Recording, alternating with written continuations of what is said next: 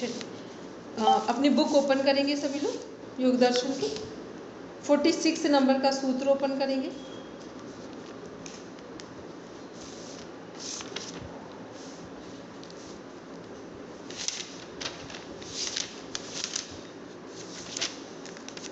चलिए, ये हम लोग पढ़ रहे थे स्थिर सुखम आसनम।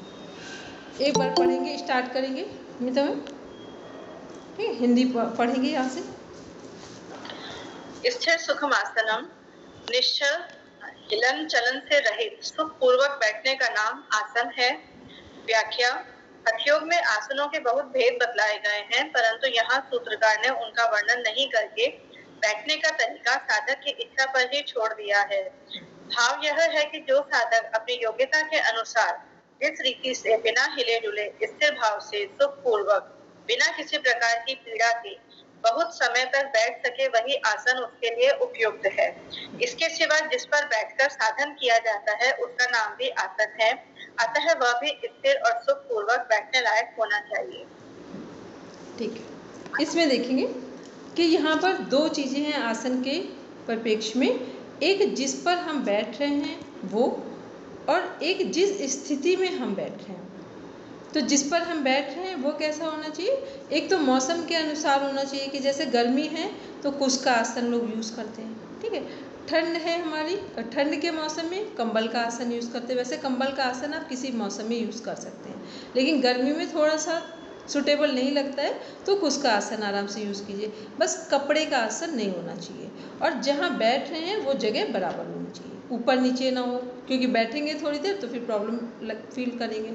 उसके बाद जो हमारा अपना बॉडी का पोस्चर है, अकॉर्डिंग टू योग दर्शन, अकॉर्डिंग टू महर्षि पतंजलि, इन्होंने कहीं मेंशन नहीं किया है कि किसी भी आप ध्यानात्मक आसन में बैठें।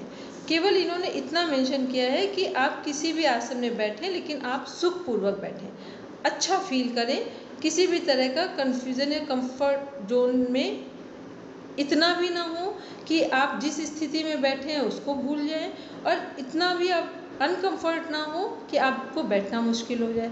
तो आराम से जिस स्थिति में बैठा जाए उसे बोला है स्थिर सुखम आसन। तो यहाँ पर लेकिन एक चीज़ का सभी को ध्यान रखना, ये हम हमेशा बोलते हैं, कोई भी आसन में आप बैठें ये कोई मैटर नहीं करता है, लेकिन एक चीज़ ज़रूर मैटर करती है कि स्पाइन स्ट्रेट होनी चाहिए। चाहे आप जिस आसन, इवन चेयर पे भी बैठ के ध्यान करें कोई प्रॉब्लम नहीं है, लेकिन स्पाइन आपकी स्ट्रेट होनी चाहिए। तो यहाँ पर दो ही चीज़ों के बारे में बताया गया है। अब इसमें फिर दूसरी चीज़ बताई गई कि यदि आप आधे घंटे किसी एक आसन में बैठ सकते हैं, जो बॉडी का पोस्चर है उसकी बात हो रही है, आधे घंटे यदि आप एक आसन में बैठ जाते हैं तो इसका अर्थ हुआ कि अब आप आसन की सिद्धि की ओर जा सकते हैं। और 3 घंटे, आधे घंटे से 3 घंटे आसन में बैठ जाते हैं तो समझ लीजिए कि आपका आसन सिद्ध हो गया है। तो इसका सबसे सरल उदाहरण है कि जितने भी कथावाचक हैं सबका आसन सिद्ध है, ठीक है। अब इसमें यहाँ कितने लोग हैं जो आधे घंटे बैठ जाते हैं आसन में, तो आधे घंटे वाले में तुम सुबह माइंड कर सकते, कितने लोग हैं जो आधे घंटे आराम से बैठ जाएंगे, ठीक। आधे घंटे वाले कई लोग हैं, ठीक। आधे घंटे से 1 घंटे, कोई बैठा है 1 घंटे आसन में, एक ही में आराम से बैठे, अच्छा ठीक। 1 घंटे ठीक बैठे तो बढ़िया है, तो हम सबको समझेंगे सब सिद्धि की ओर जा रहे हैं, ठीक। तब तो अच्छी बात है, सब सिद्धि की ओर जा रहे हैं, ये उनका उद्देश्य है। हाँ बोलेंगे सुनिए मैम। क्या उपासना में बैठना होता है तो 1 घंटा पूरा, उससे भी ज्यादा बैठ जाते हैं। हाँ नहीं, बहुत अच्छा। जब भी आपका मन एकाग्रचित्त हो जाएगा तब आप आसन को मेंटेन कर लेंगे। आपके माइंड में 2 थॉट्स आ जाए और दोनों थॉट्स ईस्ट और वेस्ट वाले हों, तो आप समझ लें कितनी भी अच्छी स्थिति में बैठेंगे आपको पैर आप देखेंगे हिलाएंगे डुलाएंगे, ठीक। क्योंकि आसन में बैठना आपके माइंड पर, आपके थॉट प्रोसेस पर डिपेंड करता है। जितने आपके दिमाग में जो विचार चल रहे हैं वो यदि शांत हैं, या ये कह दें वो विचार एक डायरेक्शन में जाने वाले हैं, तब तो आप आराम से बैठेंगे। अदरवाइज़ आपके माइंड में अगर 2 थॉट अलग अलग डायरेक्शन के आ गए, आप देखेंगे आपका जो बॉडी पोस्चर है, जो हमारे आसन की फिजियोलॉजी और साइकोलॉजी है, वो दोनों क्या करेंगे, आपके पैरों में एक मूवमेंट करना शुरू कर देंगे, हिलना डुलना शुरू हो जाएगा, ठीक है। इसी का नीचे आप अभी पढ़ेंगे अर्थ, प्रयत्न शैथिल्यानंत समापत्तिभ्याम। नेक्स्ट है ततो द्वंद्वान विघातः, पढ़ेंगे मित्र मैम अर्थ। वो आसन प्रयत्न की शिथिलता से और अनंत परमात्मा में मन लगाने से सिद्ध होता है। व्याख्या: शरीर को सीधा और स्थिर करके सुखपूर्वक बैठ जाने के बाद शरीर संबंधित सब प्रकार की चेष्टाओं का त्याग कर देना ही प्रयत्न की शिथिलता है। इससे और परमात्मा में मन लगाने से, इन दो उपायों से आसन की सिद्धि होती है। यहाँ बहुत से टीकाकारों ने अनंत का अर्थ शेषनाग और समापति का अर्थ समाधि किया है। भोजराज ने अनंत का अर्थ आकाश आदि किया है और समापत्ति का अर्थ चित्त का तद्रूप हो जाना किया है। किंतु योग के अंगों में समाधि अंतिम अंग है, उसी के लिए आसन आदि अंगों का अनुष्ठान है। आसन को समाधि का बहिरंग साधन भी बतलाया गया है। अतः किसी प्रकार की भी समाधि को आसन की स्थिरता का उपाय बतलाना युक्ति संगत नहीं होता। सज्जन विद्वान अनुभवी महानुभाव इस पर विचार करें। ततः द्वंद्वाभिघात है, उस आसन की सिद्धि से द्वंद्वों का आघात नहीं लगता। व्याख्या: आसन सिद्धि हो जाने पर शरीर पर सर्दी गर्मी आदि द्वंद्वों का प्रभाव नहीं पड़ता। शरीर में उन सबको बिना किसी प्रकार की पीड़ा के सहन करने की शक्ति आ जाती है। अतः वह द्वंद्व चित्त को चंचल बनाकर साधन में विघ्न नहीं डाल सकते। ठीक है, पहले हमने देखा कि जो आसन में बैठेंगे तो आसन में कौन से लोग बैठ सकते हैं आधे घंटे से 3 घंटे? प्रयत्न की शिथिलता से और अनंत परमात्मा में मन लगाने से। तो जब मन हमारा एकाग्र चित्त होगा तभी हम आसन में बैठ सकते हैं आधे घंटे से 3 घंटे तक। तो एक तो कोशिश करके बैठे हैं और शरीर को हमने शिथिल कर दिया है, इसका नाम है प्रयत्न की शिथिलता।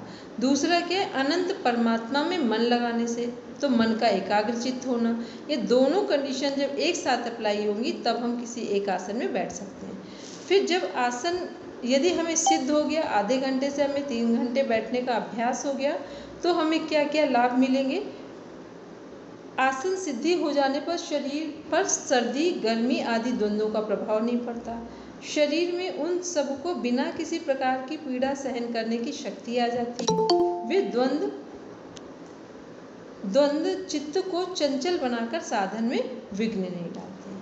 तो इसमें क्या, सर्दी गर्मी किसी भी तरह का द्वंद्व का प्रभाव नहीं पड़ेगा। कोई भी पीड़ा हमारे शरीर में हो तो हम ये नहीं कहेंगे कि हम आसन नहीं करेंगे। मतलब इस आसन की सिद्धि से तात्पर्य ये है कि हम जो योग का अभ्यास करने जा रहे हैं उसे नियमित करेंगे, किसी भी तरह की बाधा पड़ने पर योग के अभ्यास को तोड़ेंगे नहीं। बस इतना अर्थ है इसका।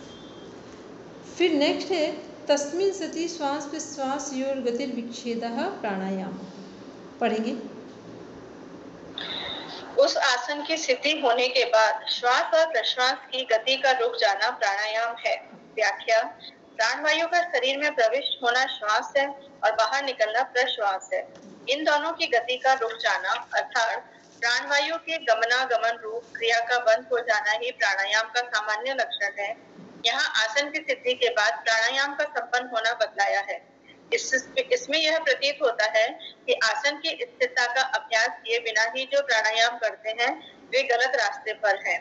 प्राणायाम का अभ्यास करते समय आसन की स्थिरता परम आवश्यक है। अच्छा, ये बताइए कि प्राणायाम के अभ्यास के लिए आसन की स्थिरता परम आवश्यक है, ये क्यों है?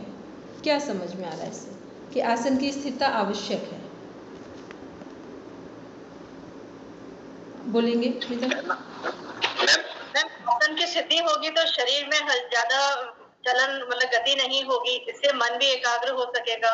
जब मन एकाग्र होगा तभी प्राणायाम सही प्रकार से हो पाएगा और उसका प्रॉपर लाभ मिल पाएगा। ठीक है, हरदीप जी बोल रहे थे कुछ? मैम, महर्षि पतंजलि ने अष्टांग योग दिया हुआ है, तो जैसे हम यम नियम करेंगे तो उसका फल हमें आसन सिद्धि मिलेगा। और जैसे वो जो ये है कि कृष्णाचार्य जी है, वो कहते हैं आसन भी एक तरह से ध्यान है। तो जब हम आसन करते हैं तो भी ध्यान है और उसका प्रतिफल हमें प्राणायाम के रूप में मिलता है। तो हमारा जो शरीर है वो स्ट्रांग हो जाता है। जब शरीर स्ट्रांग होएगा, उसको आराम से बैठ सकेंगे तो हमें प्राणायाम करने में तकलीफ नहीं होगी। यानी वो फल है प्राणायाम आसन में स्थित होने का।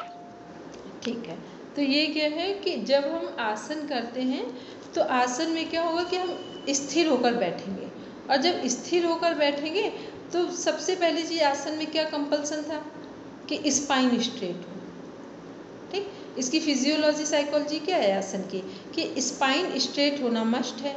तो जब स्पाइन स्ट्रेट होगी तो हम चाहें और ना चाहें, हम नहीं भी चाहेंगे तो आपको लगता है कि हमारी स्पाइन स्ट्रेट है तो हम केवल यहाँ तक श्वास लेंगे, गले तक लेंगे, नहीं, आप धीरे धीरे आप देखेंगे जब आसन आपका सिद्ध हो गया या आप सीधे बैठने लगे हैं, स्पाइन स्ट्रेट है, तो क्या होगा कि जो हम श्वास ले रहे हैं, ऑक्सीजन इनटेक कर रहे हैं, वो कैसे करेंगे, नेवल ब्रीदिंग करेंगे, यौगिक ब्रीदिंग करेंगे। और प्राणायाम का आरंभ कहाँ से हो रहा है, जब हम श्वास को नाभि तक ले जाएं तो ये प्राणायाम का शुभारंभ हो रहा है। तो ये इसके शुरुआत कहाँ से हुई है, आसन से हुई है। जब आसन हमारा सिद्ध हो गया, सीधे होकर हम बैठने लगे, तो प्राणायाम करते समय जो प्राणवायु को नाभि तक ले जाना है, नाभि तक ले जाने का जो अभ्यास है वो हमारा सही होगा।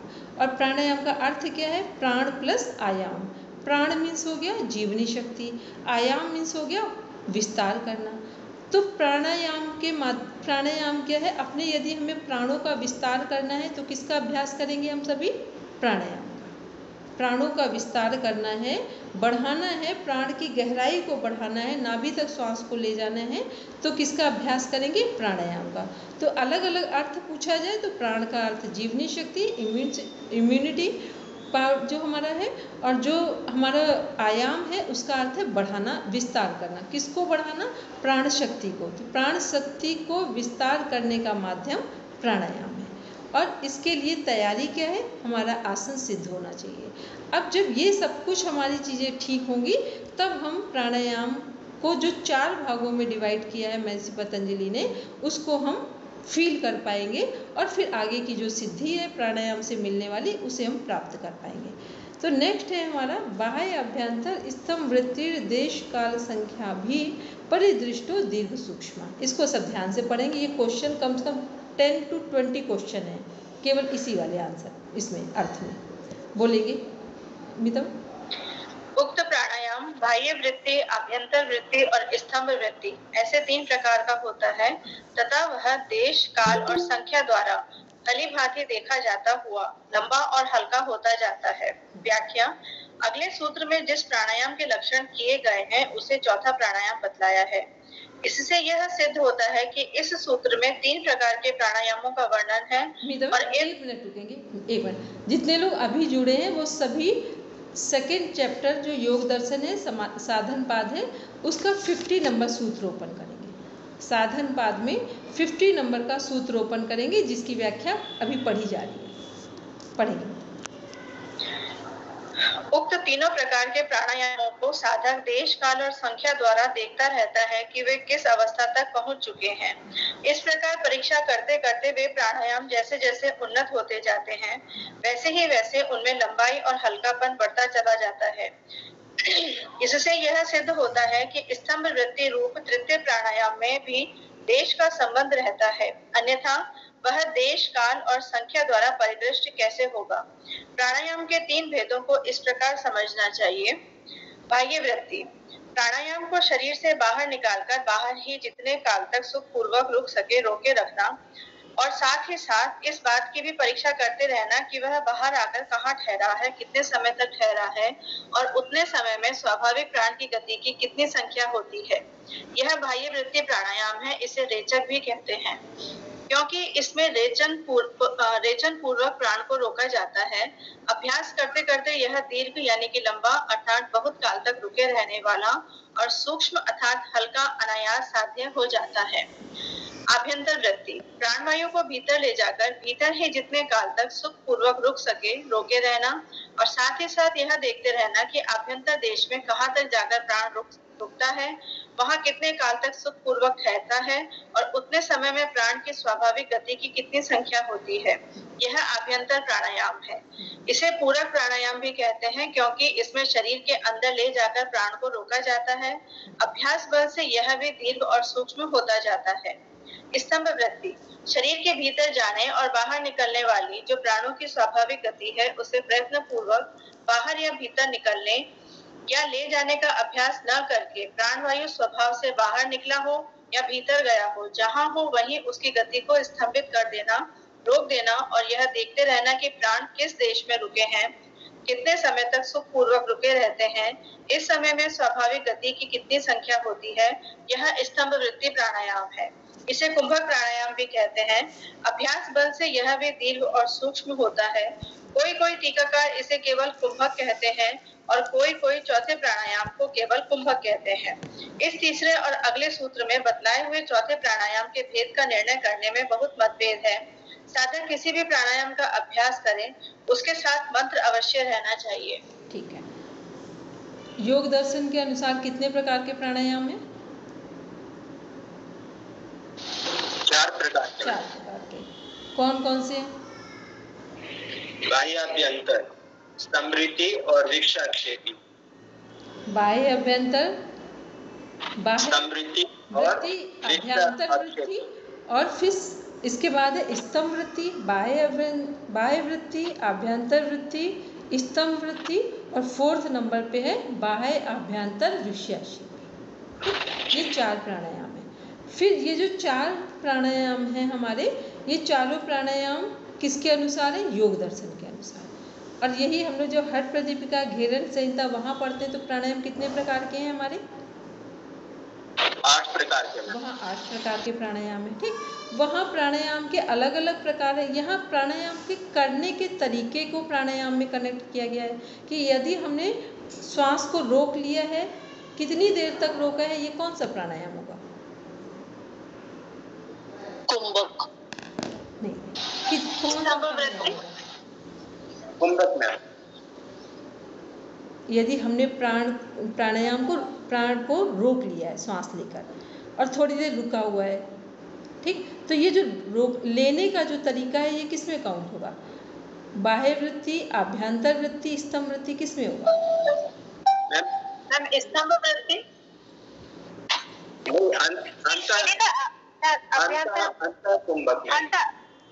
अभ्यंतर वृत्ति में जाएगा। ठीक, क्योंकि हमने अंतर में लिया है, लेकर वो जितनी देर जहाँ रुक रहा है, ठीक है, तो ये अभ्यंतर। और जब हमने इसी को बाहर छोड़ दिया और वो वहाँ पर कुछ देर के लिए रोक लिया, तो ये कौन सा प्राणायाम हुआ? अकॉर्डिंग बाह्य वृत्ति। ठीक है, क्योंकि ये ध्यान रखेंगे जितने भी हमारे रेफरेंस वाले टेक्स्ट बुक हैं, यहाँ पर जो प्राणायाम है उनमें श्वास को रोकना या कुंभक करना मस्ट है। विदाउट कुंभक प्राणायाम को माना ही नहीं जाता है। ठीक है, केवल हम लोग जो अनुलोम विलोम करते हैं, तो वो अनुलोम विलोम हमारे प्राणायाम का पार्ट ही नहीं है। ठीक है, वो नहीं। कहाँ से प्राणायाम शुरू होता है? नाड़ी शोधन से। और नाड़ी शोधन को भी प्राणायाम को जो प्रॉपर प्राणायाम मेन है उनमें काउंट नहीं किया गया है। क्यों नहीं किया गया? क्योंकि नाड़ी शोधन में क्या करते हैं? केवल अंतः कुंभक कर रहे हैं। इसके अलावा हम जितने भी मुख्य प्राणायाम हैं उनमें हम बाह्य कुंभक भी लगाते हैं और अंतः कुंभक भी लगाते हैं। इसलिए उन्हें प्राणायाम की उसमें संज्ञा में कहेंगे, या प्राणायाम का जो एक मुख्य प्राणायाम का क्रम है उसमें रखा गया है। और जब हम लोग बात करते हैं योग दर्शन की, तो यहाँ इन्होंने पर्टिकुलर नाम नहीं दिए। यहाँ जब बाहर प्राण को रोक रहे हैं किसी भी एक जगह पर कुछ समय के लिए, तो वो बोल रहे हैं बाह्य वृत्ति, और जब अंतर में रोक रहे हैं उसे बोल रहे हैं अभ्यंतर वृत्ति। और जब कहीं पर भी स्वाभाविक गति से प्राण बाहर रुक जाए या स्वाभाविक गति से प्राण अंदर रुक जाए, ठीक, उसमें अब हमें कोई एफर्ट नहीं लगाना। तो स्वाभाविक गति से जब रुक रहा है अंदर या बाहर, तो ये स्तंभ वृत्ति हो गया। और बाह्य अभ्यंतर विषयाक्षेपी, अभी इसको पढ़ेंगे तब वो समझ में। तो ये क्या है? अब इसमें एक कॉन्सेप्ट एक बात पूछी जाती है कि देश और काल क्या है। तो देश क्या है यहाँ पर? मैम शरीर। मैम कि कहाँ तक सांस पहुँचा है, नाभि प्रदेश तक पहुँचा है या नहीं? तो देश में हमारे चक्र आते हैं। ठीक है, देश में हमारे क्या आते हैं? चक्र आते हैं हमारे। ठीक, तो नाभि वाला कौन सा चक्र हो गया? मणिपुर चक्र हो गया। ठीक, इसके बाद देश में चक्र, फिर काल में क्या होगा? काउंटिंग के कहाँ समय ठीक, काल में कितना समय लग रहा है, कितनी देर हम रोक पा रहे हैं। जैसे अभी हम लोग सुबह विपश्यना मेडिटेशन करते हैं, तो हमें क्या पता चल कि हम 5 मिनट श्वास को देख सकते हैं, 50 टाइम्स हम देख सकते हैं। ठीक है, तो वो क्या हो गया? काल एक समय हो गया। अब इसमें एक चीज़ और इम्पॉर्टेंट है, नीचे लिखा है साधक किसी भी प्राणायाम का अभ्यास करें उसके साथ मंत्र अवश्य करना चाहिए। ठीक, तो मंत्र दो तरह से हैं। यहाँ पे कौन से मंत्र की बात की जा रही होगी, सब लोग आराम से बताएंगे। अगर योग सगर ओम का उच्चारण प्रणव, ठीक है, ओम की काउंटिंग की जा रही है। ओम जो है, ओम ओम करके जो मानसिक जप है, तो हमने जैसे श्वास को रोका, अब हमने कितनी देर किया, तो आराम से जब हम लोग ओम ओम ओम ये वाली जब गति लेते हैं रिलैक्स मोड में, तो ये सेकंड में काउंट हो जाती है। तो इससे भी हम समय को चेक कर सकते हैं। दूसरा क्या है कि कुछ लोग ऐसे करते हैं कि 108 बार ओम का जप किया, एक बार श्वास रोका। अब ये श्वास को रोकने की जो का अभ्यास है वो व्यक्ति का अपना है, वो जितने लंबे समय से जैसा जैसा अभ्यास होगा वैसा वो रोक सकता है। तो यहाँ जब हम लोग स्टार्ट करें, अगर हम लोग कर रहे हैं तो हमें क्या करना है, देखना है हम 3 सेकंड रोक सकते हैं प्राण को, 5 सेकंड, 10 सेकंड, 15 सेकंड, वो अपने ऊपर निर्भर करता है, अपने अभ्यास के ऊपर। तो जब मंत्र पूछा जाता है योग दर्शन में कि किस मंत्र की बात हो रही है, तो तस्य वाचका प्रणवा की बात हो रही है, क्योंकि ओम को ही ईश्वर की संज्ञा दी गई है और उसी का जप करने की यहाँ पर बात की जा रही है। ठीक है, देश और काल दोनों का अर्थ, काल समय से हो गया, देश हमारे चक्रों से हो गया। और जो हमारा मंत्र है वो क्या है, जब हम प्राण को रोकेंगे जिस जगह पर, चाहे वो बाहर रोका हो या अंदर रोका हो, वहाँ पर हम जप करेंगे ओम का। और ये ओम का जप हम संख्या से भी जोड़ सकते हैं, काल से भी जोड़ सकते हैं। ठीक, चलिए अब आते हैं नेक्स्ट, देखते हैं बाह्य आभ्यंतर विषयक्षेपी चतुर्था।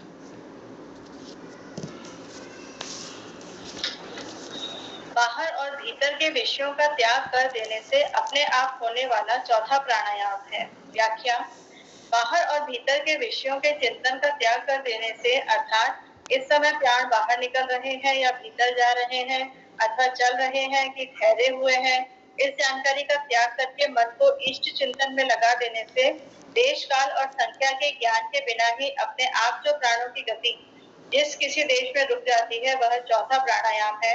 यह पहले बतलाए हुए तीनों प्रकार के प्राणायामों से सर्वथा भिन्न है। यह बात दिखलाने के लिए सूत्र में चतुर्थः पद का प्रयोग किया गया है। यह अनायास होने वाला राजयोग का प्राणायाम है।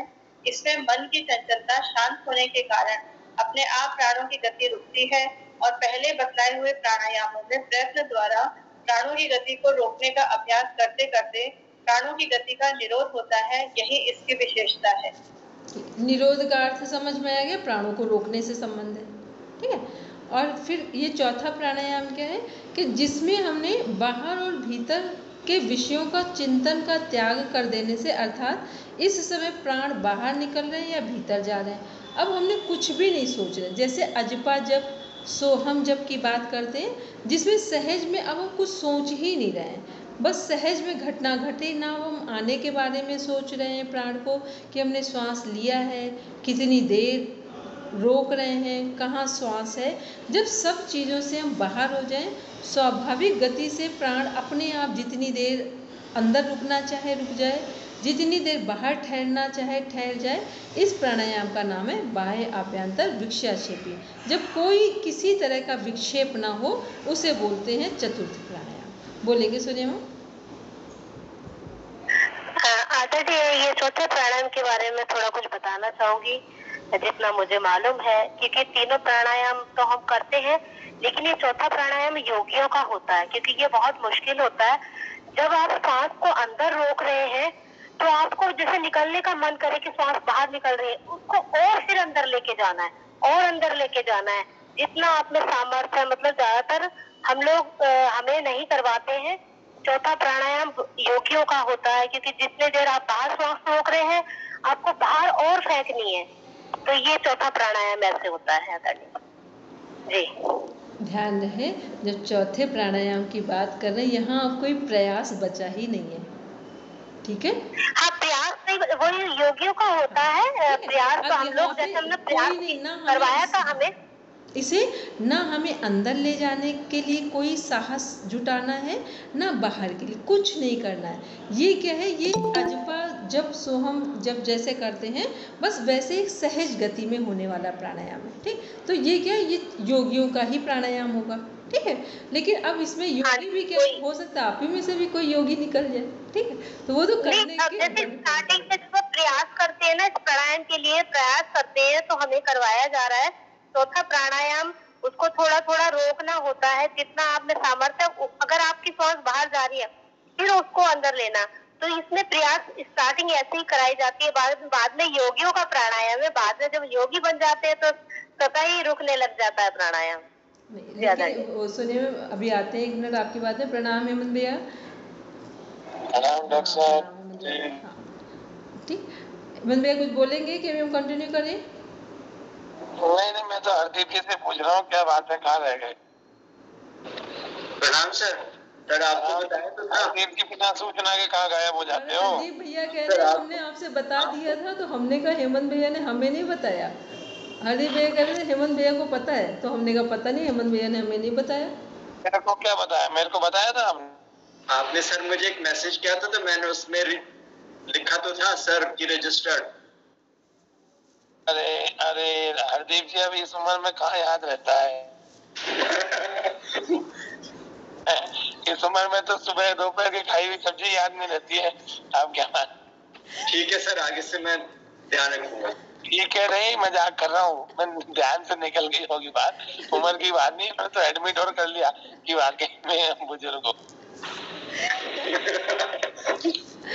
मैं मजाक करता हूँ, आप उसको सीरियसली मत लिया करो।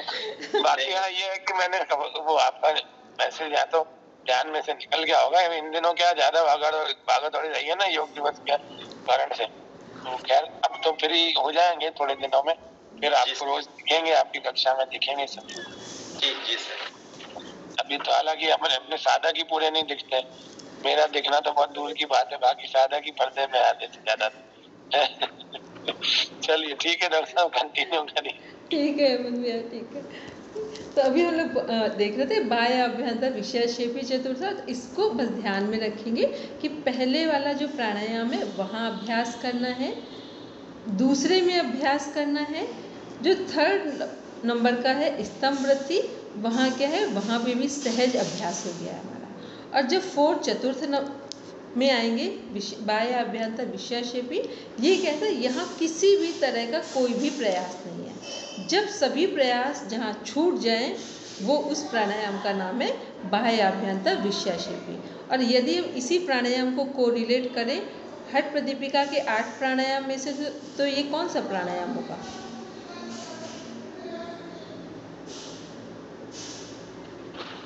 मैम ये संगर्भ होएगा मैम। हठ प्रदीपिका में से बाह्य अभ्यंतर विषयक्षेपी कौन सा प्राणायाम होगा? सब ध्यान से बोलो। मैम मूर्छा। मूर्छा होगा, ठीक। मूर्छा भी नहीं होगा, मूर्छा के बाद एक और था प्लाविनी। प्लाविनी। फिर आते हैं घेरण संहिता में कौन सा प्राणायाम होगा? ये केवली। ठीक है। जब वो स्वाभाविक होने लगे, जिसमें अब हमें कुछ नहीं करना है, वो योगियों का है। और वही जो वहाँ पर वो 8 नंबर के प्राणायाम प्लावनी और केवली है, वही यहाँ पर बाह्य अभ्यंतर विषयक्षेपी है। ठीक है। चलिए अब नेक्स्ट आते हैं कि यदि हम प्राणायाम करते हैं तो इसका लाभ क्या होगा? बोलेंगे मनीष जी। मैंने उसे पता कैसे लगा कि प्राणायाम करना है, तो मतलब बिना ध्यान लगाए तो ना तो अंदर कुंभक कर सकते, ना बाहरी कुंभक कर सकते, मतलब बिना ध्यान लगाए। देख, इसमें तो पहले मनीष जी छोटा सा एक काम करना है। किसी को पता कैसे चले कि हम प्राणायाम सही कर रहे हैं कि नहीं कर रहे हैं, ठीक, किसी को भी, तो कम से कम एक छोटा सा अभ्यास है, उसको तो सब डेली चेक कर लें। अगर प्राणायाम करते समय देखना है कि हम सही कर रहे हैं कि नहीं कर रहे हैं। यदि आप 5 मिनट तक, 5 मिनट भी छोड़िए, आप 1 मिनट का अभ्यास लीजिए कि श्वास ले रहे हैं तो हमें श्वास लेते समय हमारा जो पेट है वो फूल रहा है, और श्वास को जब हमने बाहर किया है तो पेट अंदर की हो जा रहा है। इस प्रक्रिया को यदि आपने 1 मिनट ध्यान से देखना शुरू कर दिया तो आप ये समझ लीजिए आप प्राणायाम के लिए तैयार हो गए। ठीक। अब दूसरा देखते हैं, जो विपश्यना मेडिटेशन है, ये प्राणायाम से पहले चेक करने के प्रोसेस हैं। यदि आप 1 से लेकर 50 तक की काउंटिंग को विदाउट एनी ब्रेक, मतलब कोई ब्रेक नहीं हो रहा, कोई थॉट प्रोसेस ऐसी नहीं आ रही है जो आपकी काउंटिंग को ब्रेक कर दे, तो अब आप समझ लीजिए कि प्राणायाम के लिए तैयार है। अदरवाइज आपको बस लगेगा कि प्राणायाम कर रहे हैं। प्राणायाम मोस्टली तो आप देखेंगे जितने लोगों को जब आप सब सिखा रहे होते हैं, हम लोग करवा रहे होते हैं, तो आपको लगेगा कि सब प्राणायाम कर रहे हैं। आप थोड़ा सा डीप ऑब्जर्वेशन के साथ आप देखेंगे तो केवल उनकी श्वास कहाँ तक जा रही है, चेस्ट में भी जो लंग्स हैं हमारे, यहाँ तक भी श्वास नहीं जा रही है, श्वास केवल ऊपर जा रही है, ठीक। और जब तक श्वास हमारी यहाँ तक जा रही होती है, प्राणायाम का कोई अर्थ नहीं है। श्वास जब आपकी नेवल पोर्शन में टच कर रही हो, और उसमें भी आपको बता दें, अब क्योंकि आपने क्वेश्चन किया इसलिए पूरा आंसर दे रहे हैं उसका, कि कैसे पता चलेगा कि जब आपने नेवल ब्रीदिंग कर रहे हैं, कई बार हमें लग रहा है हम कंटिन्यूटी में कर रहे हैं। जिस दिन भी आप नेवल ब्रीदिंग ठीक से करेंगे, आपको जो नाभि वाला हिस्सा है, इतना सेंसेशन होता है कि आप प्राणायाम करते करते फील करेंगे जैसे कोई चीज़ बढ़ रही है बलून की तरह और फिर डाउन हो रही है। इतना हाई सेंसेशन होता है जब नेवल ब्रीदिंग हो रही होती है। बोलेंगे मीता मैम कुछ कह रहे हैं? मैम ये वाला एक्सपीरियंस थोड़ा सा नाभि के पास हल्की सी सेंसेशन तब होती है मुझे जब मैं उसको होल्ड करती हूँ ब्रेथ को, तो जैसे नॉर्मल में नहीं होती है।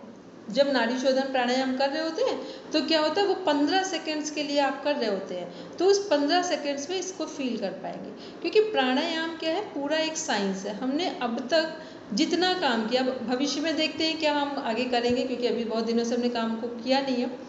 प्राणायाम एक ऐसा साइंस है कि कोई भी चीज़ आप किसी भी समय पर अगर करेक्ट करना चाहें, ठीक करना चाहें, उसको समझना चाहें, तो आप प्राणायाम के थ्रू तुरंत कर लेंगे। लेकिन ये होगा तभी जब आप नेवल ब्रीदिंग कर रहे होंगे, और नेवल ब्रीदिंग में भी कॉन्टिन्यूटी में जब आपकी थॉट प्रोसेस एक डायरेक्शन में चल रही होगी। चले वाते चले चित्तम निश्चलम निश्चले भवेत का अर्थ यही है, जब आप नेवल ब्रीदिंग करते हैं तो आपकी थॉट प्रोसेस डाउन होने लगती है, और वो इतनी डाउन होती है कि जो सोचने की हमारी प्रक्रिया है, माइंड का जो माइंड सेटअप है, वो सारी एनर्जी कहाँ लग जाती है, श्वास को लेने में लग जाती है। बस ये उसका बेनिफिट है। बोलेंगे मनीष जी कुछ कह रहे हैं? मैडम एक बार मेरे साथ नेचुरोपैथी का सेकंड ईयर का एग्जाम दे रहा था, तो एक क्वेश्चन पूछा था कि प्राणायाम के समय आप कौन सा मंत्र लगाते हैं, तो मतलब सभी प्राणायाम में मैंने आंसर दिया था मूल बंद का लगा सकते हैं सभी प्राणायाम, लेकिन उसका ये कहना था कि महाबंद का अभ्यास लगाते हैं तीनों बंद का। अब एग्जामिनर का तो मैंने ऐसे क्रॉस क्वेश्चन करा नहीं, तो उन्होंने कहकर मान लिया, लेकिन इसका सही बंद कौन सा होना चाहिए प्राणायाम में, क्या वाकई में का मतलब महाबंद सही आंसर था? पहली बात तो महाबंद इतना आसान ही नहीं है लगाना, ठीक। जन सामान्य के लिए महाबंद लगाना इतना आसान नहीं है, पहली चीज़। दूसरा, अगर महाबंद का अभ्यास करें हम सामान्य लोग भी एक एग्जामिनर की दृष्टिकोण में या एक सामान्य अभ्यास में, तो महाबंद हमेशा बाह्य कुंभक में लगता है। जब आप बाह्य कुंभक करते हैं तो महाबंद का अभ्यास सही करेंगे, अंतः कुंभक में कभी भी महाबंद का अभ्यास सही नहीं लगता है, ठीक।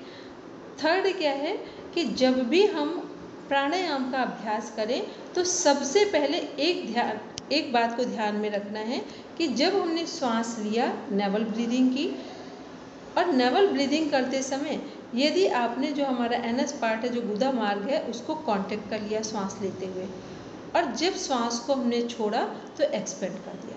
सबसे पहले आप केवल 3 मंथ्स जब आप इस अभ्यास को सही से कर ले जाते हैं, तब आप ये कह सकते हैं कि अब हम प्राणायाम करने के लिए तैयार हो गए। इतनी अवेयरनेस यदि आप, हो सकता है ये जितने लोग अभी कर रहे हैं, हम कह नहीं सकते कौन कौन, लेकिन तब भी 4-5 लोग तो ऐसे ग्रुप में ज़रूर हैं यहाँ पे जो इस बात को थोड़ा सा, क्योंकि हमने जब भी प्राणायाम करवाया है तो इसी पैटर्न पे कराया है। क्योंकि प्राणायाम में ये ऐसी चीज़ नहीं कि इसको आज करें कल छोड़ दें, इसको तो एक बार इसके कॉन्सेप्ट को समझना है, और जैसे ही वो बात आपको समझ में आएगी फिर आप छोड़ना भी चाहें कि प्राणायाम ना करें तो आप ऐसा कर नहीं सकते, आप जरूर करेंगे उसको, क्योंकि प्राणायाम पूरा विज्ञान है और वो हमारे पूरे जो बॉडी की एक जो साइकोलॉजी है उसको ग्रेस्प कर लेता है। तो इसमें केवल जब स्टार्ट करेंगे तो मूल बंद का ध्यान रखेंगे। नेवल ब्रीदिंग करते हुए मूल बंद का मीन्स हुआ कि एनएस पार्ट को कॉन्ट्रैक्ट करना है, और जब श्वास छोड़ेंगे एक्सपेंड, तब उसको नॉर्मली एक्सपेंड करना है। बस इतनी अवेयरनेस रखेंगे स्टार्टिंग में। और ये तो ये सभी प्राणायाम में मतलब करना चाहिए क्या वैसे? क्या चीज़? जितने प्राणायाम है, जितने भी प्राणायाम करें उसको फुल बंद सभी कर में कर सकते हैं, सभी में करना चाहिए इसको, क्योंकि जब आप इसको करेंगे तो ये मूल बंद का फर्स्ट स्टेप है जो कि आपकी जागृति लाता है प्राणायाम के लिए। फिर जैसे धीरे धीरे आप इसको बढ़ाते जाएंगे, फिर वो चीज़ आपका, क्योंकि पहले तो हमें सिद्धि किस में चाहिए? मूल बंद में चाहिए, क्योंकि जब आपका मूल बंद ठीक होता है फिर उसके बाद नेक्स्ट अभ्यास में उड़ियान बंद आता है हमारा।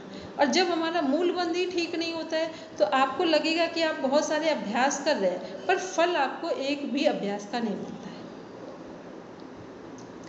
तो बस इस बात को थोड़ा सा ध्यान में रखते हुए करेंगे। और एक लास्ट की, जब भी पूछा जाता है, ये और भी लोगों से एग्जामिनर पूछ चुके हैं क्योंकि इतने सारे लोगों ने एग्ज़ाम दिया इसमें, कि जब हमारा महाबंद लगाएंगे तो वो बाह्य कुंभक में लगाएंगे, अंतः कुंभक में नहीं लगाएंगे। ठीक है, ये कंप्लीट आंसर है इसका। ठीक, मीता मैम कुछ पूछ रहे हैं? मैम जैसे ये करते हैं जब सांस को हम रोकते हैं नाड़ी शोधन में, तो कई बार तो हार्ट बीट और नाभि के आसपास सेंसेशन हो जाता है और कई बार बिल्कुल नहीं होता, तो इसका क्या मतलब होता है? जब सेंसेशन नहीं होता है इसका ये अर्थ है कि अभी आप पूरी अवेयरनेस के साथ श्वास से जुड़े नहीं हैं। और कई बार हार्ट बीट एकदम क्लियर सुनाई देने लगती है, कई बार नहीं देती है। नहीं तो वो, लेकिन जब हार्ट बीट क्लियर सुनाई देती है तो आप समझ लीजिए पूरी अवेयरनेस के साथ जुड़े हैं। तभी तो हम बोलते हैं बीच बीच में कि अपने हार्ट बीट को सुनेंगे, अपने हार्ट बीट को पर ध्यान देंगे, क्योंकि जितना हार्ट बीट जब सांस रोकते हैं तभी सुनाई देती है, वैसे नॉर्मल में नहीं सुनाई देती। श्वास रोक के भी नहीं सुनाई देती बहुत सारे लोगों को। ठीक, क्योंकि इतना आसान नहीं। हम लोग अपने ये सोचे कितनी हंसने की बात लगती है कि पूरे टाइम श्वास लेते हैं, पूरा जीवन हमारी श्वासों पर टिका है, तब भी हम पूरी दुनिया देख लेते हैं पर अपनी श्वासों को नहीं देख पाते हैं। ठीक, और केवल एक ही साइंस है, अगर हम अपनी श्वासों के साथ जुड़ना शुरू कर दें तो हमें दुनिया में कोई दूसरे साइंस की ज़रूरत नहीं है। जितनी सिद्धि है, समाधि है, सब कुछ इसी से जुड़ा हुआ है। जितना स्वर विज्ञान है या अदर योग है, सब जुड़ा तो केवल इसी से है। तो इसमें क्या है, बस जितना जितना आप श्वास के साथ संबंध जोड़ते हैं उतना आपको हार्ट की बीट सही सुनाई देगी, आपका नाभि का सेंसेशन पूरा होगा मूल बंद में। और मूल बंद में क्या होगा कि वहाँ पे भी जो नाभि के पास सेंसेशन आता है वही मूल बंद में भी आना शुरू हो जाता है। लेकिन ये थोड़ा टाइम लगता है, इसको हम ये नहीं कहेंगे कि विद इन 15 डेज में हो जाए। हो सकता है पूरी शिद्दत के साथ करें तो हो भी जाए। बोलेंगे मनीष जी? ये हाई बीपी को अपन मनीष जी तो इसमें कहते हैं कि हाई बीपी वालों को नाड़ी शोधन का अभ्यास यदि करवाना हो तो कितनी देर तक कुंभक का, जैसे कुंभक लगाने से थोड़ी सी हाई टेंशन उसको बढ़ जाती है, कई जगह मना करते हैं। जब हम लोग हाई बीपी के पेशेंट को करवाएंगे या लो बीपी को, तब कभी भी कुंभक नहीं लगवाएंगे, तब कुंभक नहीं लग, तब सिंपल अनुलोम विलोम का अभ्यास कराएंगे। और जब उनका, क्योंकि अनुलोम विलोम एक प्राणायाम इस तरह का है कि सही अवेयरनेस के साथ किया तो 1 वीक में बीपी नॉर्मल आ जाता है, केवल 1 वीक में। 20 मिनट चेन सिस्टम में अनुलोम विलोम प्राणायाम का यदि अभ्यास किया जाए नेवल ब्रीदिंग के साथ और एनएस पार्ट को कॉन्ट्रैक्ट करके एक्सपेंड करते हुए, यदि 1 वीक करते हैं 20 मिनट चेन सिस्टम में, तो बीपी नॉर्मल आ जाता है। ठीक, इस पर हमने बहुत सारे अनकाउंटेड लोग हैं जो, और किसी भी एज के लोग हैं, उन पर काम किया। यूनिवर्सिटी में 5 साल रहे तो ये सब चीज़ें बहुत कॉमन हो गई थी वहाँ पे। तो ये सब क्या है कि उसको तुरंत कंट्रोल किया जा सकता है। इवन जो आपका जितने भी आपके हेल्थ इश्यूज मेंटल प्रोसेस से रिलेटेड हैं, उन्हें आप केवल चेन सिस्टम में आप 20 मिनट्स आज ही किसी को करवाइए, और आज से लेकर 20 मिनट्स एक टाइम फिक्स करिए और 3 डेज उन्हें करवा दीजिए। आप देखेंगे mental health issues sudden down हो जाते हैं। सडन मतलब उनको कुछ करने की आपको ज़रूरत ही नहीं, बस एक काउंसलिंग की और उसके बाद उनको ये करवाया। तो ये सब चीज़ें, लेकिन इनको लोग क्या करते हैं मनीष जी कि प्राणायाम जब करते हैं तो वो क्या करेंगे, 5 मिनट ये प्राणायाम, 5 मिनट दूसरा प्राणायाम, 3 मिनट दूसरा प्राणायाम। ये वही चीज़ हो गई जैसे आप एक जगह खोदना शुरू करें, दूसरी जगह करें, तीसरी जगह करें, पानी कहीं से नहीं आएगा। तो जो अनुलोम विलोम प्राणायाम है, पहले इसको 20 मिनट चेन सिस्टम के साथ यदि कंटिन्यूटी में करते हैं तो आपका पूरा जो बॉडी माइंड का जो एक सेटअप है एक बैलेंस में आ जाए। फिर आप जिस प्राणायाम को चाहें, जिसकी आपको ज़रूरत है उसको आप करें, क्योंकि अनुलोम विलोम नाड़ी शोधन प्राणायाम अपने आप में कंप्लीट है। इसके अलावा कुछ ना करिए तो भी आपको समाधि मिल जाएगी, तो भी समाधि को प्राप्त हो जाएगा। अब जिसको जिसकी ज़रूरत हो वो देख ले किसको क्या चाहिए। समाधि नहीं भी चाहिए तो संतुलन तो चाहिए, इसके बिना तो जीवन चल नहीं सकता है। ठीक, समाधि ना भी, वैसे समाधि जो है उसका दूसरा नाम संतुलन ही है।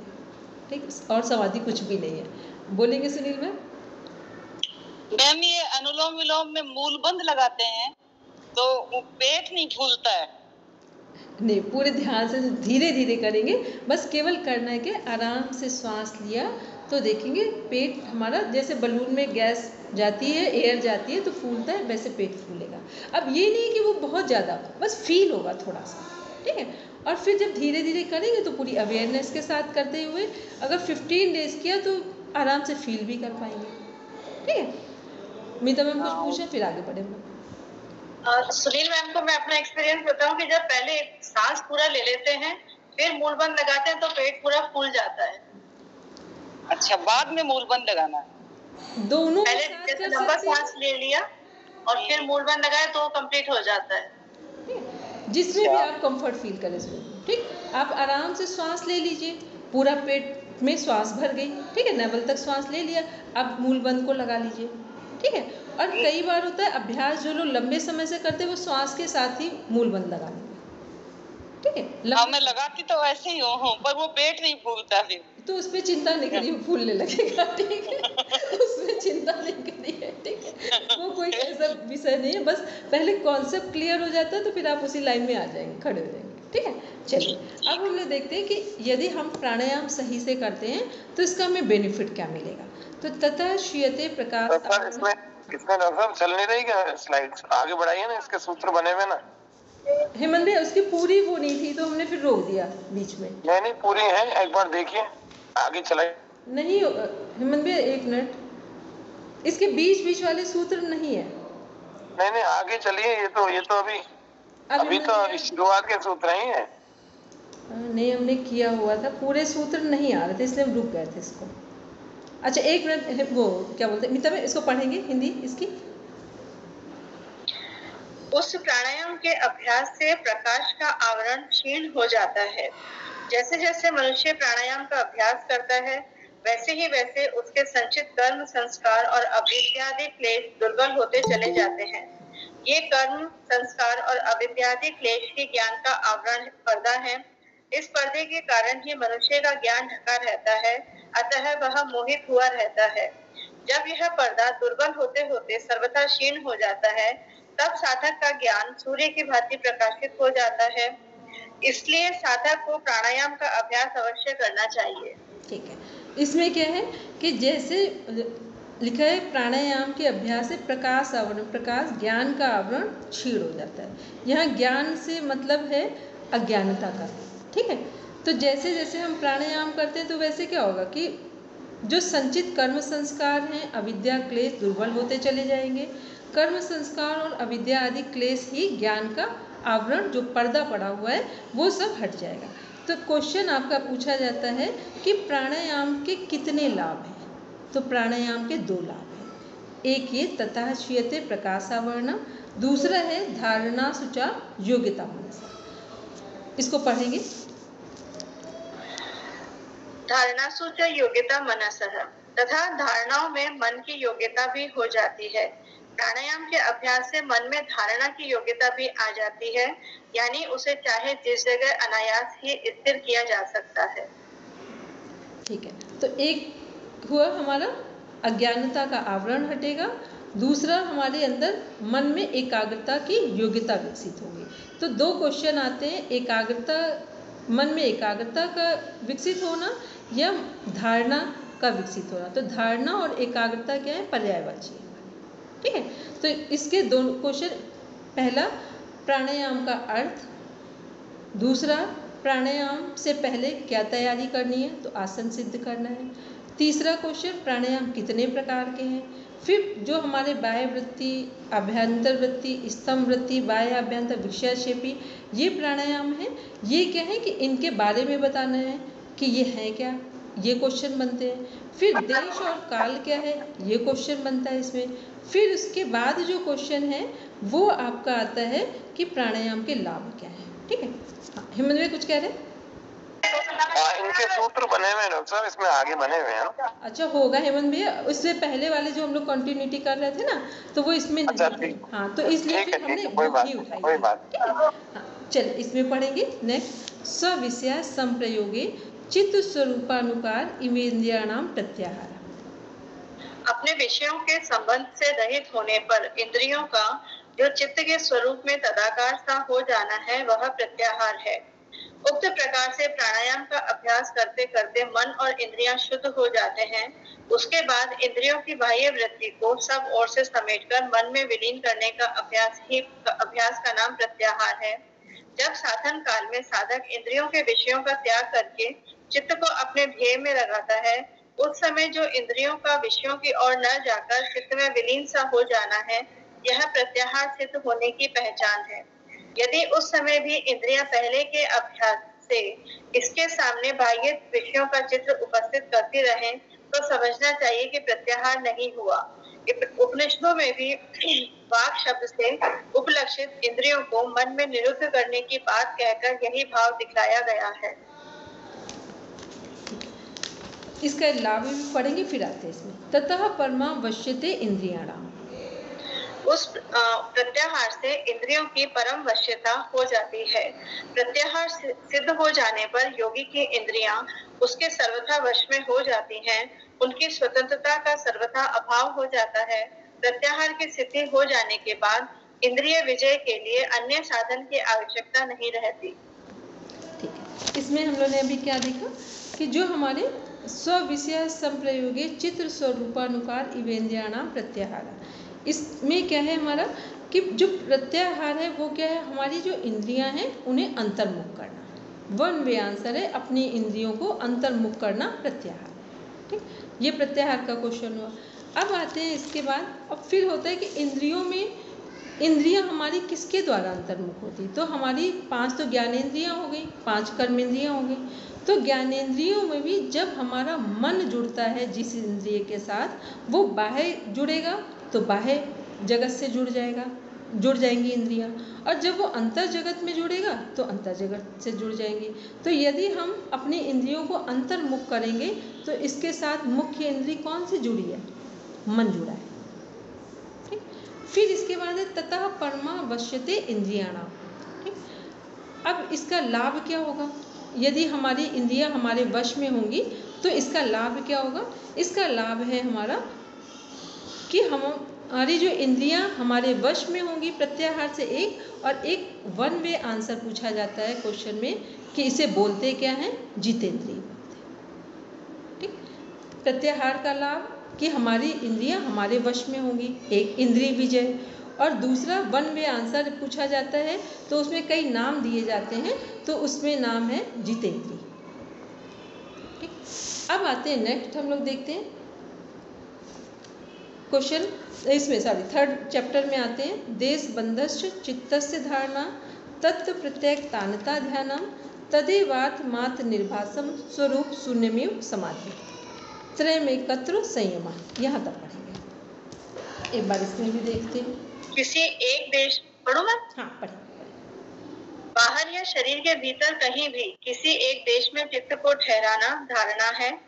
व्याख्या, नाभि चक्र, हृदय कमल आदि शरीर के भीतरी देश हैं, और आकाश या सूर्य चंद्रमा आदि देवता या कोई भी मूर्ति तथा कोई भी पदार्थ बाहर के देश हैं। उनमें से किसी एक देश में चित्त की वृत्ति को लगाने का नाम धारणा है। तत्र यानी कि जहाँ चित्त को लगाया जाए उसी में वृत्ति का एक साथ चलना ध्यान है। जिस ध्येय वस्तु में चित्त को लगाया जाए उसी में चित्त का एकाग्र हो जाना, अर्थात केवल ध्येय मात्र की एक ही तरह की वृत्ति का प्रवाह चलना, उसके बीच में किसी भी दूसरी वृत्ति का न उतना ध्यान है। अब जब ध्यान में केवल ध्येय मात्र की ही प्रतीति होती है और चित्त का निज स्वरूप शून्य सा हो जाता है, तब वही समाधि हो जाता है। ध्यान करते करते जब चित्त ध्येयकार में परिणत हो जाता है, उसके अपने स्वरूप का अभाव हो जाता है, उसको ध्येय से भिन्न उपलब्धि नहीं होती, उस समय उस ध्यान का नाम समाधि हो जाता है। यह लक्षण निर्वितर्क समापत्ति के नाम से पहले पाद में दिया गया है। त्रयम एकत्र संयम, किसी एक ध्येय विषय में तीनों का होना संयम है। किसी एक ध्येय पदार्थ में धारणा, ध्यान और समाधि ये तीनों होने से संयम कहलाता है। अतः इस ग्रंथ में जहाँ तहाँ किसी विषय में संयम करने को कहा जाए या संयम का फल बतलाया जाए तो संयम के नाम से किसी एक ध्येय में तीनों का होना समझ लेना चाहिए। इसमें देखेंगे ये है हमारा देश बंधस्य चित्तस्य धारणा। तो देश बंधस्य चित्तस्य धारणा मीन्स जहाँ हम अपने मन को एकाग्र करें। तो कहाँ कहाँ एकाग्र कर सकते हैं? नाभि चक्र, हृदय कमल, शरीर के भीतरी देश और आकाश या सूर्य चंद्रमा आदि देवता या कोई भी मूर्ति पदार्थ बाहर के देश। अब कोई भी मूर्ति बाहर के पदार्थ में क्या है? सूर्य, चंद्रमा, तारे, ये बाहर के पदार्थ में हो गए। ओम का चित्र हो गया, सद्गुरु भगवान का चित्र हो गया, कोई मूर्ति हो गई, ये सब बाहर के पदार्थ में हो गए। उनमें से किसी एक देश में चित्त की वृत्ति को लगाने का नाम धारणा है। धारणा, एकाग्रता और त्राटक, ये सब पर्यायवाची है। फिर नेक्स्ट है तत्र प्रत्येक तानता ध्यानम।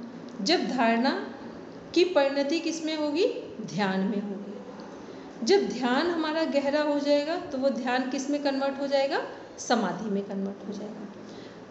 तो क्वेश्चन आता है धारणा की परिणति किस में होती है? ध्यान की। और ध्यान की तैयारी क्या है? धारणा है।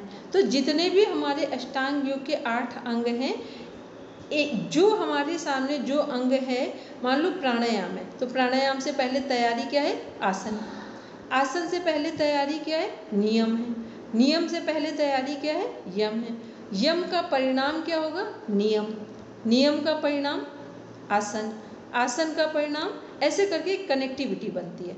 तो फिर धारणा का जो परिणाम है या परिणति वो किस में है? ध्यान में। ध्यान की हमारे इसमें समाधि में। अब एक क्वेश्चन आता है इसमें कि ध्यान, ध्याता, ध्येय और ध्यान। ध्याता, ध्येय और ध्यान। तो ध्याता कौन है इसमें से? जो ध्यान कर रहा है वो, ठीक। ध्येय क्या है यहाँ पर? जहाँ पे चित्त को एकतार किया है, या कहते हैं समाधि, ठीक। तो इन तीनों में ध्येय क्या है? समाधि। ध्येय को लक्ष्य भी कह सकते हैं क्या? ध्येय को लक्ष्य कह सकते हैं। तो मनुष्य जीवन का या योग में लक्ष्य क्या है? समाधि है। यहाँ पे और किसी में होगा तो मोक्ष हो सकता है। यहाँ समाधि केवल शब्द यूज किए जा रहे हैं और ये दिया भी हुआ है लास्ट में समाधि। तो यहाँ पे ध्येय क्या है? समाधि है। ध्याता हम हो गए, हम लोग हो गए जो कर रहे हैं ध्यान। और ध्यान क्या है? जो माध्यम है समाधि तक पहुँचने का। तो ध्याता, ध्येय और ध्यान। तो जब हम लोग 3 लोग हैं, ध्याता, ध्येय और ध्यान, तो सबसे पहले किसका वर्चस्व डाउन होगा या वर्चस्व नहीं रहेगा? ध्याता का, ध्येय का या ध्यान का? मैम ध्याता का। पहले ध्याता का, ठीक। उसका वर्चस्व खत्म हुआ। वर्चस्व खत्म होने से मतलब वर्चस्व का ये नहीं, मतलब वो इतना गहराई में उतर रहा है कि अब उसे अपने फिजिकल बॉडी का ध्यान नहीं है, ठीक। फिर ध्यान में उतर गए। फिर एक अगर ध्यान भी बहुत गहराई में चला गया तो क्या समाप्त होगा? ध्यान या समाधि? ध्यान। ध्यान। तो लास्ट में क्या बचा? समाधि। और वैसे भी पूरे अष्टांग योग का अंतिम क्या है? समाधि। तो मैम मतलब जो ध्यान है वो एक तरह से संप्रज्ञात समाधि है, कह सकते हैं, ठीक है, कह सकते हैं कि वो संप्रज्ञात समाधि है। और फिर समाधि क्या है? वो पूर्ण समाधि की बात होगी। तो ध्याता, ध्येय, ध्यान 3 है। इसमें से विलीन सबसे पहले कौन होगा? ध्याता, फिर ध्यान और समाधि क्या है? समाधि हमारा लक्ष्य है जिसमें हम उपलब्ध हो गए। अब ये तीनों को एक साथ क्या बोलेंगे? संयम बोलेंगे। तीनों को एक साथ क्या बोलेंगे? संयम बोलेंगे। और जिस जगह पर हम किसी भी कार्य को करने में यदि तीनों चीज़ों का एक साथ प्रयोग करें, धारणा, ध्यान, समाधि, ठीक, जो हमारे अंतरंग है, धारणा ध्यान समाधि को हम लोग क्या बोलते हैं? संयम बोलते हैं। तो यदि हम जब बोलते हैं कि भीम के शरीर में कितने हाथियों का बल माना जाता है? 70,000। तो लगता है आपको कि भीम ने कोई भोजन करके 70,000 हाथियों का बल इकट्ठा किया? नहीं, संयम करके किया है। तो जो भीम ने संयम क्या किया है, जिस 70,000 हाथियों का जिसमें जो शक्ति है, उस हाथी में उन्होंने संयम किया। संयम में धारणा ध्यान और समाधि तीनों ऊर्जा को एक साथ लगाया, तो वो जो हाथी का बल है वो भीम के अंदर आ गया। ठीक, इसे बोलते हैं संयम करना। तो अभी हम लोग कल जब पढ़ेंगे विभूतिपाद, तो उसमें ये सभी चीज़ें हमारी आएंगी कि संयम हमारा क्या है और कैसे जिस पर संयम करेंगे उसकी सिद्धियां हमें कैसे प्राप्त होंगी। बोलेंगे मनी जी? मैडम, ये धारणा ध्यान समाधि तो एक सीक्वेंस में होता है। जब समाधि हो जाती है तो ये संयम इसका सब क्यों यूज कराएंगे? क्योंकि धारणा के बाद ही ध्यान लगेगा और ध्यान करने के बाद ही समाधि लगेगी। तो ये संयम को अलग शब्द यूज करने से क्या मतलब? देखिए, इसमें जब हम लोग बात कर रहे हैं धारणा ध्यान और समाधि, ठीक है, तो ये तीनों हमारे एक होकर संयम हो गए। और विभूतिपाद में बताया जा रहा है, या हम लोग विभूतिपाद की बात करें या कोई भी साधना की बात करें, तो उसमें जब हम तीनों चीज़ों का उपयोग करेंगे तो हमें, जैसे हम लोग देखते हैं जिन लोगों को योग सिद्धि, जिनको साक्षात्कार हो गया है, मोक्ष कैवल्य प्राप्त हो गया है, वो लोग भी, उनको किसी एक चीज़ की सिद्धि है। ऐसे कितने लोगों ने सुना है? स्वामी रमन महर्षि जी की तो हम कॉमन बात करते हैं, ठीक। उनको किस चीज़ की सिद्धि है? अहिंसा की सिद्धि, ठीक। आत्म साक्षात्कार भी हो गया, समाधि भी प्राप्त होगी, सिद्धि किस चीज़ की है? अहिंसा की है। तो अहिंसा की सिद्धि कैसी है कि कोई भी उनके सामने आए, चाहे वो शेर आए, चीता आए, भालू आए, बिल्ली आए, व्यक्ति आए, हिंसक आए, अहिंसक आए, कोई भी आए, वो वहाँ पर शांत हो जाएंगे। तो वो जब साक्षात्कार कर भी लिया है तब भी तो हमने किसी ना किसी चीज़ को अभी रखा है। रखने का मतलब वो तात्पर्य नहीं है कि कुछ हम ऐसा स्वार्थ में कुछ गेन कर रहे हैं। रखने का तात्पर्य इससे है कि हमने कुछ, हमें क्या मिला है। अब उसको देखते हैं दूसरे अर्थ में। जब हम तीनों चीज़ों को एक साथ संयम करते हैं तो हमारे रास्ते में, जैसे कोई योग साधना कर रहे हैं, अभी आप ही मनीष जी पढ़ रहे हैं, आपने सिद्धि करनी है, तो कैसे आपको पता चलेगा कि आपने कैवल्य प्राप्त किया है या नहीं प्राप्त किया है? तो जो धारणा ध्यान समाधि संयम है, पहले आपने इसका संयम किया, सपोज करके आपने सूरज पर संयम किया, चंद्रमा पर किया, क्योंकि आपको ये भी तो पता होना चाहिए आपके पास क्या प्रूफ है कि आपको जो प्राप्त है वो ठीक है। आपको जो कुछ आपने कहा कि हमें संयम हो गया है, तो हम कैसे मानेंगे कि आपको संयम हुआ है? या आप अपना खुद का परीक्षण करना चाहें तो क्या करेंगे? तो जितनी विभूतियां हैं ये हमें ये बता रही हैं कि यदि हमारी समाधि हो गई है तो हम क्या करेंगे, हमें संयम हमारा है, तो जिस चीज़ पर संयम करेंगे उसकी शक्तियाँ हमारे अंदर आ जाएंगी। पहला तो एक प्रूफ के लिए है ये धारणा ध्यान समाधि। अब दूसरा नेक्स्ट स्टेप देखते हैं। नेक्स्ट स्टेप ये है कि हमें किसी भी जो विभूति का परिणाम मिल रहा है, जो हमें सिद्धियां प्राप्त हो रही हैं संयम करने से, उस पर हमें रुकना नहीं है। दो चीज़ों को ध्यान में रखना है संयम में। एक, हमें विभूति मिलनी जरूर चाहिए ताकि ये प्रूफ हो सके कि हमें संयम प्राप्त है, वो विभूतियों के कारण हमें पता चलेगा। दूसरा, अगर सच में आपको संयम हुआ है तो आप क्या करेंगे, विभूति के परिणाम में रुकेंगे नहीं। अब दोनों चीज़ें जब आप नहीं करेंगे तो ये कौन सी जगह पर उपलब्ध है? कैवल्य में उपलब्ध है। जो विभूतियां हैं यदि उनके परिणाम मिल रहे हैं तो आपने सही साधना की है। दूसरा, यदि उनके परिणामों में आप रुके नहीं हैं तो आपकी साधना पूर्णता को प्राप्त हो जाएगी। और यदि आप रुक गए अपनी जगह पर जाकर तो फिर आपको कुछ नहीं मिलेगा। तो जब हम लोग धारणा ध्यान समाधि बोलते हैं तो इसके दो अर्थ होते हैं संयम में। पहला कि हमें संप्रज्ञात समाधि मिली जहाँ पर सारी उपलब्धियाँ मिल गई। फिर दूसरा कि संप्रज्ञात समाधि से भी हमें बाहर आना है, तो जितनी उपलब्धियाँ हमें मिली थी संयम से, उन सब से हमें वैराग्य हो गया और हम जो असंप्रज्ञात समाधि है वहाँ उपलब्ध हो। तो हमारे लिए संयम क्या है? दोनों जगह आवश्यक है। एक जगह आवश्यक है परीक्षण करने के लिए कि हमें क्या प्राप्त हुआ है, दूसरी जगह आवश्यक है कि हम पूरे सद्बुद्धि के साथ, विवेक ख्याति के साथ सभी चीज़ों से वैराग्य कर लें। तो संयम हमारे दोनों के काम आएगा। और